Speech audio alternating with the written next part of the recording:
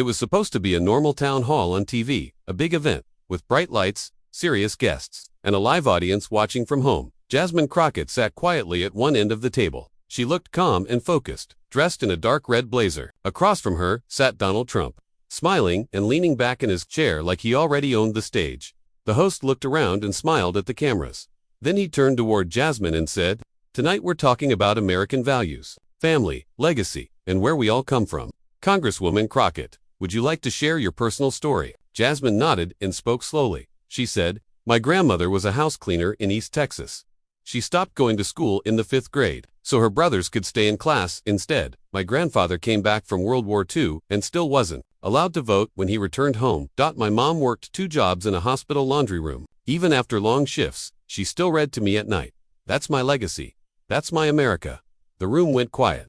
No one said a word. Then Donald Trump laughed. It wasn't a friendly laugh, it was loud and cold, the kind of laugh people use when they want to make fun of someone. He leaned forward and said, "Oh please, sounds like another sad story. Everyone's got one of those." Some people in the audience gave nervous laughs. A few panelists looked down. The host's smile faded, but Jasmine didn't move. She didn't get angry, she didn't even blink. She just sat up straight and stayed quiet for a moment. The host looked like he wanted to change the topic. He said, "Okay, let's move on too." But Jasmine held up one finger. She said, "If it's all right, I'd like to respond." The host nodded. Jasmine looked directly at Trump and said, "You laughed at my grandmother, a woman who cleaned houses so her brothers could learn. You laughed at my grandfather, who risked his life for this country and came home to find out he was still treated like less." Trump crossed his arms. He didn't smile anymore. Jasmine continued, "You weren't just laughing at them, you were laughing at every black family in this country who had to fight for basic respect. Families who built this country while being told they didn't belong." Trump sat back and said, "Oh, come on, don't take it so seriously. It was a joke." Jasmine shook her head. She said, "No, you don't get to laugh at pain and then call it a joke. My family didn't get handouts. They worked, they struggled, they survived. That's the story of America, too." The room was silent again. Jasmine looked out at the audience. She said, "I didn't grow up in a tower. I grew up in a place where your worth wasn't given, it had to be proven. So no, Mr. Trump, I'm not here because of pity. I'm here because of strength." For a moment, no one moved. No one spoke. The host looked frozen. Even the cameras didn't move. Jasmine sat still, her head held high. Across from her, Donald Trump said nothing. He wasn't in charge of the room anymore. Great, here is Chapter 2, Where She Came From. Written in 8th English, using clear narration and simple character speech like, "The teacher said," her mother whispered. Jasmine replied. Long before Jasmine Crockett sat on national TV in front of the world, she was just a little girl sitting at a kitchen table, trying to finish her homework by the light of an old lamp. She didn't grow up rich. Her house wasn't fancy. The floor creaked when you walked. The roof leaked during storms. But her home was filled with something money couldn't buy: love, strength, and pride. Her grandmother, Mama Belle, used to tell stories while peeling potatoes. "Baby," she would say, "I cleaned floors for folks who wouldn't even look me in the eye. But I looked at myself in the mirror every night, and I never bowed my head." Jasmine would listen, wide-eyed, her pencil still in her hand. "Why did they treat you like that?" she asked once. Mama Belle shook her head slowly. "Because they were scared I might be smarter than them, and I was." The room would always fill with laughter after that, not loud, but warm. The kind of laughter that made you feel brave, even in a small kitchen with old windows. Jasmine's grandfather, Papa Joe, had fought in World War II. When he came home in his army uniform, he was proud, but when he tried to vote, a white man at the courthouse told him to leave. "They told me I needed to pass a test just to vote," Papa Joe had said. "So I recited the whole Constitution, word for word." "Did they let you vote?" Jasmine asked. "No," he said. "They tore it up and laughed. But I still stood tall." That was the kind of legacy Jasmine came from. People who got knocked down but never stayed down. At school, things weren't easy either. Jasmine didn't wear the best clothes. Her shoes were sometimes worn out. One day in 6th grade, a girl pointed and laughed. "Look at her shoes," she said. "They're falling apart." Jasmine stayed quiet. That afternoon, she walked home with her head low. Her mother, Gloria, saw her coming. "What's wrong?" her mom asked. "My shoes," Jasmine said. "They laughed at me." Gloria took off her work gloves. She had just come home from the hospital laundry and sat beside Jasmine. "Let me tell you something," she said softly. "Your shoes might be old, but your steps are strong. And one day, those same people will see you on a stage, and they won't be laughing." Jasmine hugged her tight. That night, she sat at the kitchen table again, reading a law book from the library. She didn't fully understand all the words yet, but she underlined every one she didn't know. She'd ask her teacher the next day. Kept going like that for years, asking questions, staying up late, reading what others skipped. At church, she listened closely to every sermon, especially when the pastor said things like, God gives his toughest battles to his strongest soldiers. That line stuck with her. In high school, Jasmine joined the debate team. At first, some kids didn't think she'd be good. She didn't have a fancy accent or expensive clothes, but she practiced. She memorized every point, and one day, she won her first debate. Her teacher said, "You don't argue, you speak truth. That's power." Jasmine smiled, but inside, she thought about Mama Belle, Papa Joe, and her mother, all the people whose voices had shaped her own. Years later, Jasmine stood on a stage in college, holding her law degree. The same girl who once cried about worn-out shoes now had a crowd clapping for her. But even on her biggest day, she remembered the past. "This isn't just my degree," she told the crowd. "It belongs to every person who came before me, every person who wasn't allowed to speak, or vote, or even dream. I carry them with me." That was the truth. Jasmine didn't walk into politics to get attention. She walked in carrying her whole family's story. And that's why, when Donald Trump laughed on live TV, Jasmine didn't flinch, because she already knew where she came from. The town hall room was silent. After Jasmine Crockett spoke about her family and Donald Trump laughed, nobody moved. Some people looked down. Others stared at the floor like they weren't sure what to say. Even the host didn't know what to do next. His voice wavered as he tried to move on. The host said, "All right, let's shift the topic now." But Jasmine raised one hand gently. She didn't raise her voice. She didn't get angry. She just looked steady. Jasmine said, "If it's okay, I'd like to respond to what was just said." The host nodded slowly. Jasmine turned her chair slightly so she could face Donald Trump fully. Her voice was calm, but every word felt like it carried weight. She said, "You laughed at my grandmother. She spent her life cleaning other people's homes because she had no other choice. You laughed at my grandfather, who risked his life for this country, only to be told he wasn't good enough to vote. And you laughed at me, at my family's story, like it was some kind of joke." The camera zoomed in. Even the people watching from home could feel the tension. Jasmine said, "But let me tell you something, Mr. Trump. My family didn't get to start at the top. We didn't get golden elevators or big buildings handed down to us. What we had was pride, hard work, and faith. And that was enough to carry us through." Trump leaned back in his chair, his arms crossed tightly. He tried to smile again, but it looked forced. He said, "Oh, come on, it was just a joke. No need to get so emotional." Jasmine looked at him for a moment, then turned back to the audience. She said, "That's the thing. You think pain is funny. You think stories like mine don't matter. But our stories built this country, and we're not going to stay quiet anymore." People in the audience started nodding. One woman near the front wiped a tear from her eye. Even the host seemed surprised by how still the room had become. Jasmine said, "You can laugh at our past, but it doesn't change the truth. My grandmother had more strength in her hands than you have ever shown in your whole career." Trump's mouth opened like he wanted to speak again, but no words came out. Jasmine sat back in her chair and folded her hands. She didn't raise her voice. She didn't shout, but she had just taken control of the whole room. The host looked around nervously and cleared his throat. He said, "Well, thank you, Congresswoman." Powerful words. But even he knew something had changed. The cameras kept rolling.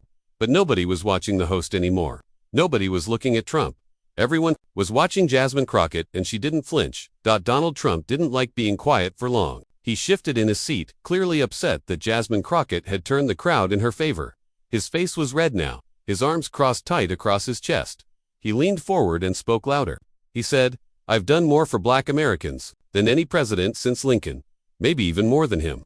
Some people in the crowd looked shocked. Others rolled their eyes. Trump continued, "I passed criminal justice reform. You know how many people thanked me for that? Millions." Jasmine stayed quiet for a moment, letting him talk. Then she slowly leaned forward. Jasmine said, "And yet you took out full-page ads calling for the death penalty of 5 innocent black boys." The crowd murmured. She added, "You refused to apologize when they were proven innocent. You still won't say you were wrong." Trump blinked fast and pointed his finger. He said, "You don't know what you're talking about. That was different. People wanted justice."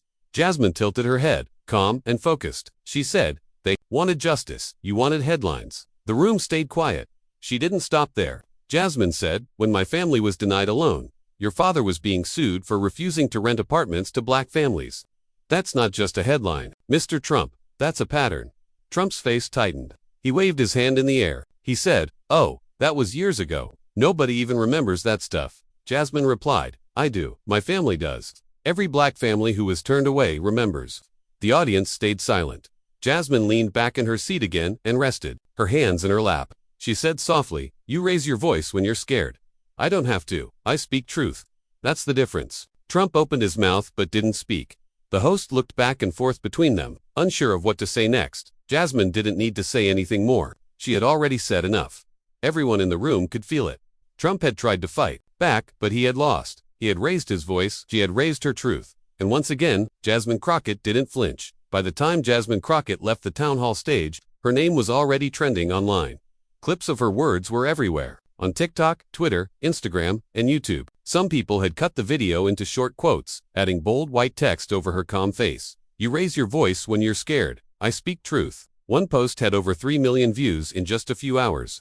People were reposting it with comments like, she made him freeze. Jasmine Crockett just taught a masterclass in calm power. Hashtags like hashtag, she did not flinch, and hashtag Crockett vs. Trump filled every feed. At home that night, Jasmine sat on her couch with her shoes off, scrolling through her phone. She was still in her blazer, but her shoulders were finally relaxed. Her assistant, Ray, called in a hurry. Ray said, you're everywhere. Obama just tweeted about you. Jasmine blinked. Wait. Ray, read it out loud. Barack Obama's tweet said, courage looks like Jasmine Crockett tonight.com. Clear, unshaken. Jasmine smiled and shook her head slowly. She said, Grandma would have framed that tweet. Another message came in, this time from a teenage girl. Jasmine opened it and read it softly. I was gonna drop out of school, but when I saw you speak tonight, I changed my mind. Thank you for showing me we matter. She didn't respond right away. Her eyes were glassy now. She set the phone down on the table and sat quietly for a few moments. Later that night, the news shows picked up the story. One host on a major network said, we've seen politicians argue before, but what Jasmine Crockett did wasn't arguing. It was something more. It was dignity. Even people who had never heard of her before were now calling her the future of Congress. Jasmine got messages from strangers, classmates, neighbors, old teachers. One message said, I never saw someone talk back to power so calmly. Thank you for speaking for all of us who didn't know how. Another came from a woman who said she had grown up in the same Texas town as Jasmine's grandmother. Her message said, your grandmother once helped my mother when she had nothing. I never forgot her kindness. Now I see her strength in you. Jasmine read that message twice. She whispered, Mama Bell, they remember you now. The next morning, her inbox was full of interview requests. One TV host asked to bring her on for a follow-up show. Ray said, do you want to do it? Jasmine thought about it for a moment. She said, I didn't say what I said to go viral, but if I have a voice now, I'll use it.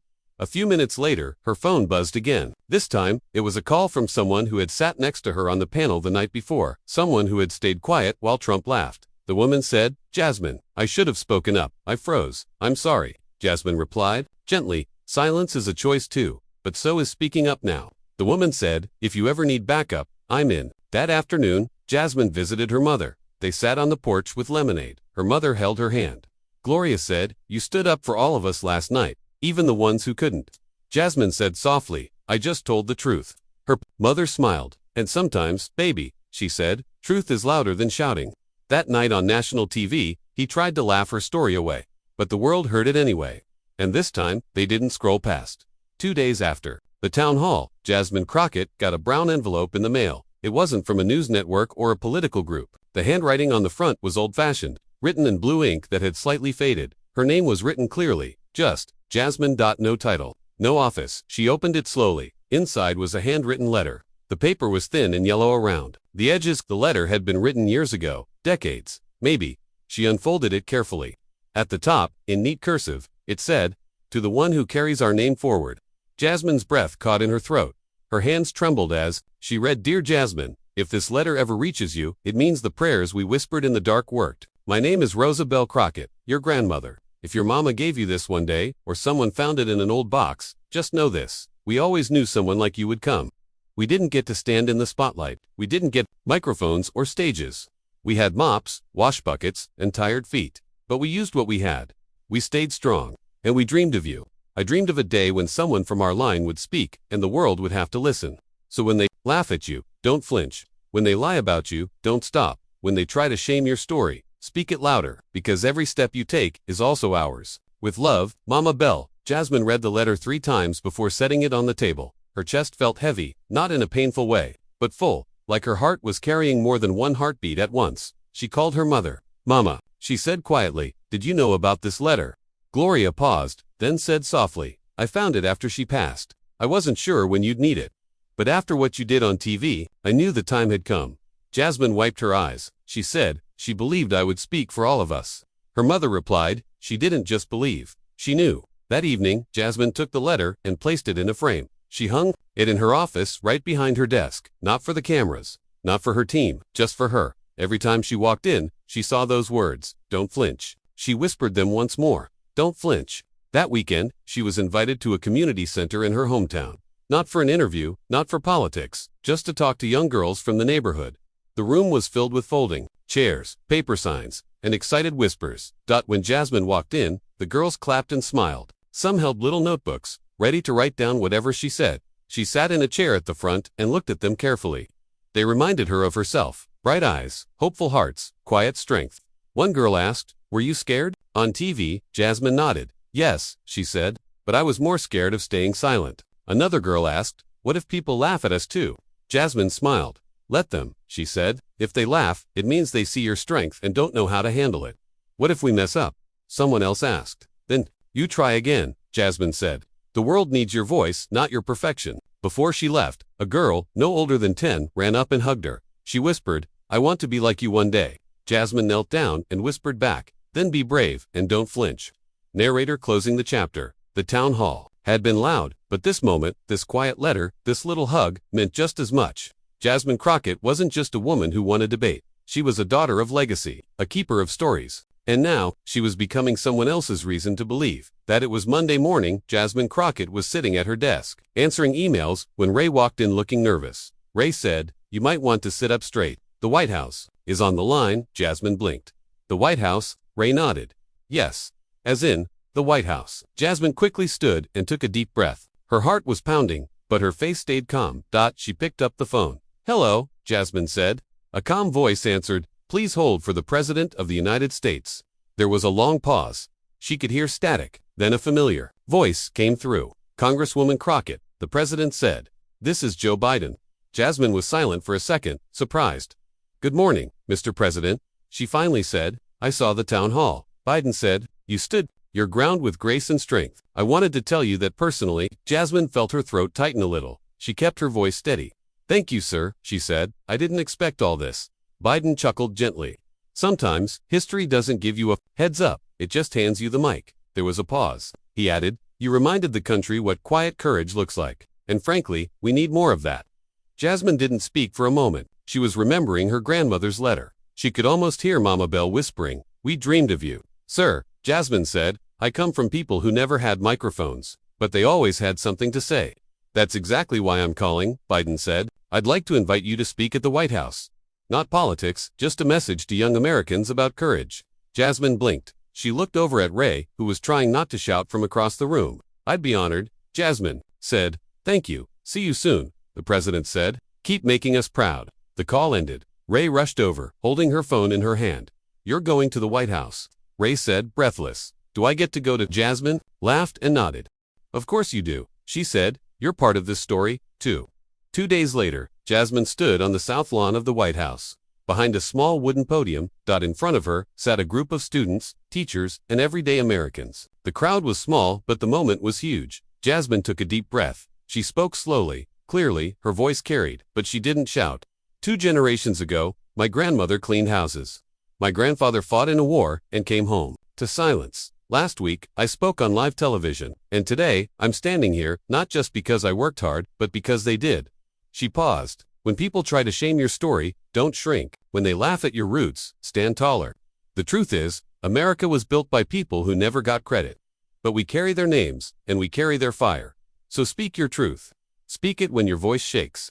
Speak it when the world stares, and most of all, speak it when someone tells you not to, because the next girl watching, she needs to hear it. The crowd stood. Applause rose through the garden. Some were wiping tears. Others were clapping so hard their hands turned red. Jasmine looked up at the sky for a moment. She whispered, thank you, Mama Bell. Narrator closing the chapter. A week ago, she was just a name on a guest list. Now, Jasmine Crockett's name was being written into history. Not with noise, but with quiet fire. The White House had called, but it was her roots that answered. After the White House speech, the invitations didn't stop. News channels, podcasts, magazines, everyone wanted to talk to Jasmine Crockett. But one morning, before sunrise, she packed a small bag, turned off her phone, and drove 4 hours through quiet country roads. She wasn't headed to another studio. She was going home, back to East Texas, back to where her story began. The roads were lined with pine trees and memories. She passed the old gas station where her mom used to buy bread after late-night shifts. She passed the school where she first stood up in a debate and made the room listen. Then she pulled into the dusty driveway of her grandmother's old house. It was small. The paint was faded, but it still stood strong, just like Mama Belle. Jasmine stepped out of the car and stood there for a while, breathing in the scent of pine and soil. She walked up the creaky steps and opened the door slowly. Inside, the house still looked the same. Worn wooden floors, a table with one leg that wobbled a little, a picture of Dr. King by the front window. She ran her fingers across the kitchen counter. "This is where she peeled potatoes," Jasmine whispered, "and told me I was born to speak." She sat in her grandmother's old chair and closed her eyes. No cameras, no stage, just silence. And yet, she felt more seen here than anywhere else. That afternoon, Jasmine visited the little church down the road, the same one where she used to sit between her mom and grandma on Sundays. The doors were open, and soft music played from a speaker inside. She walked in and took a seat in the back row. Older woman near the front turned around, her eyes lit up. "Lord, is that Jasmine Crockett?" Jasmine stood and smiled. "Yes, ma'am," she said. The woman walked over slowly and hugged her tight. "Your grandmother used to sing in that very choir," she said. "She always said, 'My grandbaby's gonna change the world one day.'" Jasmine said softly, "I hope I'm making her proud." "Oh, baby," the woman said, patting her hand. "You already have." That evening, Jasmine walked to the small graveyard behind the church. The sun was low in the sky, casting gold across the grass. She stopped at the simple stone that read, "Rosabelle Crockett." She never bowed her head. Jasmine knelt down, pulled the letter from her pocket, the one Mama Belle wrote years before, and placed it gently at the base of the stone. She whispered, "You were right. They tried to laugh, but I didn't flinch." A soft wind moved through the trees. Jasmine looked up at the sky and smiled. "Thank you for your strength," she said, "and thank you for dreaming me into being." Later, that night, Jasmine sat on the porch of the old house with a warm blanket wrapped around her shoulders. She sipped sweet tea and stared at the stars. She thought about the girl she used to be sitting at this very table, afraid of being laughed at. She thought about the woman she was now no longer afraid. She said out loud, "I didn't just survive the town hall. I showed the world who we are. We are strong, we are smart, we are not anyone's joke." The wind rustled the trees again, like the land itself was listening. And Jasmine sat there not as a guest on a show, not as a viral name, but simply as a daughter of the South, a child of fire, and a woman who had come home. Narrator closing the chapter. Not every victory is loud. Some happen in quiet places, far from cameras, where roots run deep. Jasmine Crockett had stood on stages and behind podiums, but tonight, she sat on her grandmother's porch, and that, more than any headline, was her greatest piece. The town hall was no longer trending. The news had moved on to other stories, but something had stayed behind. Something that didn't fade with the headlines. A clip of JasmineCrockett's.com response to Donald Trump was still being shared in classrooms. In one school in Georgia, a teacher paused the video. Halfway through, "What do you notice about her tone?" she asked. A boy raised his hand. "She didn't yell," he said, "but it still hit hard." In another classroom in Detroit, a girl whispered to her friend, "She talks like my mom," like with that kind of quiet power. In small towns and big cities, young people were writing about her for school essays. One girl wrote, "Jasmine Crockett showed me that you don't have to scream to be heard. You just have to speak with truth." Another wrote, "She reminded me of my grandma. Soft voice, steel heart."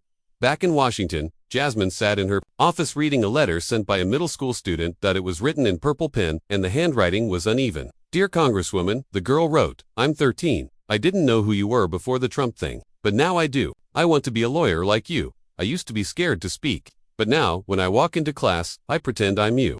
Thank you for being brave." Jasmine held the letter to her chest for a moment. Then she turned to Ray. "You still think we should make a video?" Jasmine asked. Ray grinned. "Definitely. People want to hear what's next." Jasmine nodded and pulled her chair forward. The camera was simple. No fancy lights, no background music. Just her. She looked straight into the lens. "To everyone who watched that moment, who shared it, who felt seen because of it, thank you. I wasn't trying to go viral. I was just telling the truth. A truth that's older than me. A truth that's lived in kitchens, in churches, in whispered bedtime prayers. If you've ever been told your story isn't serious, or that your voice isn't strong enough, hear me when I say this. You do not need their permission to matter. You don't need a title to speak truth. And if they laugh at your roots, remember, those roots hold up giants." She paused. "I didn't flinch that night, and I won't flinch now, because I stand on shoulders that never bowed." She leaned closer to the camera, and added with a soft smile, "And if you're still with me, hit that subscribe button. Let's keep building this movement. One story, one voice, one truth at a time." She clicked the camera off. And that was it. That night, Jasmine received one more message. It was a short video. An older woman, someone Jasmine didn't know, sat on a front porch in Alabama. She looked into the camera with soft eyes and said, "I watched you, baby. I saw what you did. And I just wanted to say, we waited a long time to see someone like you speak for us. So don't stop, don't shrink, and don't ever forget. You are your grandmother's dream." Jasmine Crockett didn't win by shouting. She didn't need fire to be strong. She won by standing still, by holding the line, by telling a truth that refused to bend. The internet moved on. The cameras blinked off, but her words stayed, in letters, in classrooms, in quiet hearts that finally felt seen. This wasn't just a viral moment. It was a beginning, a spark, a legacy.